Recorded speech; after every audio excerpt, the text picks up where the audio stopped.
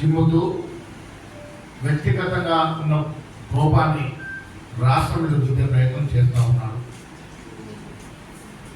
రాష్ట్ర ముఖ్యమంత్రి, డిప్యూటీ ముఖ్యమంత్రి, మంత్రులు అహర్నిశలు కృషి చేస్తూ ఈ రాష్ట్ర అభివృద్ధి కోసం పాటుపడతా ఉంటే మీరు కేంద్రంలో కూడా అధికారులు ఉన్నారు, మంత్రివర్గ స్థాయిలో ఉన్నారు.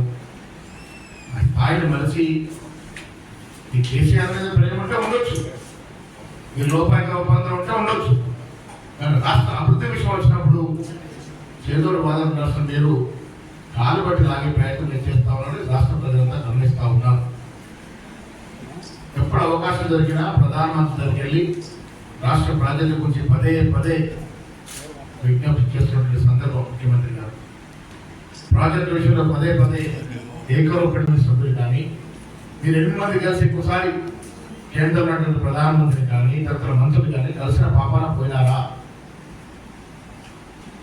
ఏమిచ్చింది కేంద్ర ప్రభుత్వం రాష్ట్రానికి అంటే 2 మంత్రిపదవులు తప్ప, కిషన్ రెడ్డికి, బండి సంజయ్కి మంత్రిపదవులు తప్ప ఈ రాష్ట్రానికి ఏమీ ఇవ్వలేదు. ఆశ్చర్యం ఏంటంటే మొన్న పెట్టిన కేంద్ర బడ్జెట్లో తెలంగాణకి 9 పైసా అదనంగా ఇవ్వనటువంటి పరిస్థితి, మీరు అడిగినటువంటి పరిస్థితి.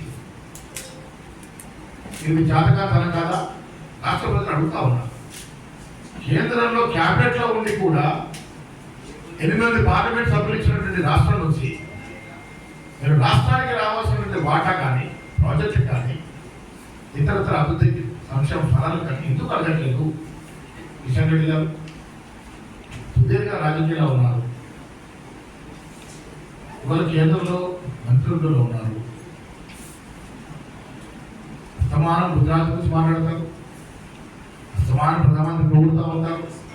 మరి ఎందుకు రాష్ట్రం గురించి మాట్లాడుతుంది? మీరు ఇవాళ రాష్ట్రం వద్ద మనకు పెండింగ్ అయినటువంటి ప్రాజెక్టు నిజంగా కేవలం ఈ సౌత్ ఇండియాలో గొప్ప రాష్ట్రంగా తీసుకునే అవకాశం ఉంది.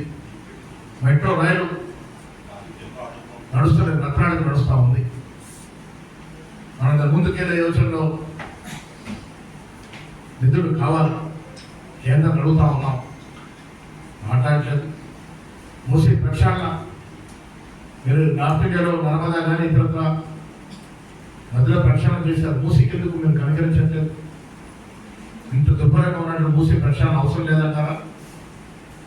ట్రిబ్యునల్ రోడ్ ఈ రాష్ట్రానికి హైదరాబాద్ చుట్టూ ట్రిబ్యునల్ రోడ్ వస్తే క్యాపిటల్ సిటీ ఎంత డెవలప్మెంట్తో మీకు గుర్తుకు రావట్లేదా? స్కిల్ యూనివర్సిటీ వస్తే నైపుణ్యతను బయటకు తీసుకొచ్చే అవకాశాలు, అపారం అవకాశాలు ఉంటాయి. అది ఎందుకు మీకు దృష్టికి రావట్లేదు? ఇచ్చిన ఒక్కొక్క ఎయిర్పోర్ట్, ఎన్నో ఏళ్ళ నుంచి పెండింగ్ ఉన్నటువంటి ఎయిర్పోర్ట్ మామూలులో, వరంగల్లో ఇస్తే దానికోసం దాదాపుగా 4-5 సార్లు ప్రధానమంత్రి విజ్ఞప్తి చేస్తే ఆ ఎయిర్పోర్ట్ వస్తే కూడా అక్కడ కూడా రాజకీయం.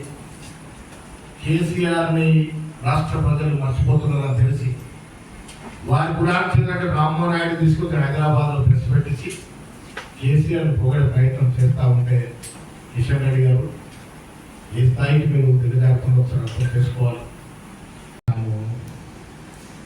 అక్కడ మెజారిటీ ప్రజలు కోరుకున్న అభ్యర్థిని అవకాశం ఇచ్చాము, గెలుస్తామనే ఆశాభావం మాకుంది, గెలిచి తీరుతాము.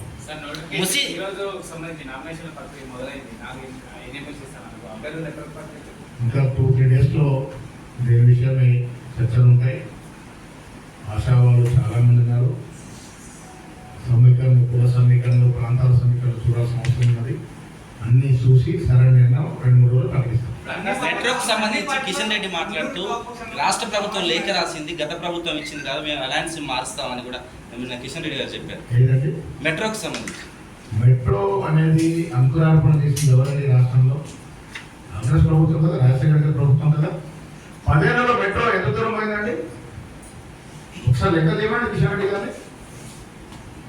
పోయిన 10 ఏళ్లలో ఎంత దూరం పోయింది?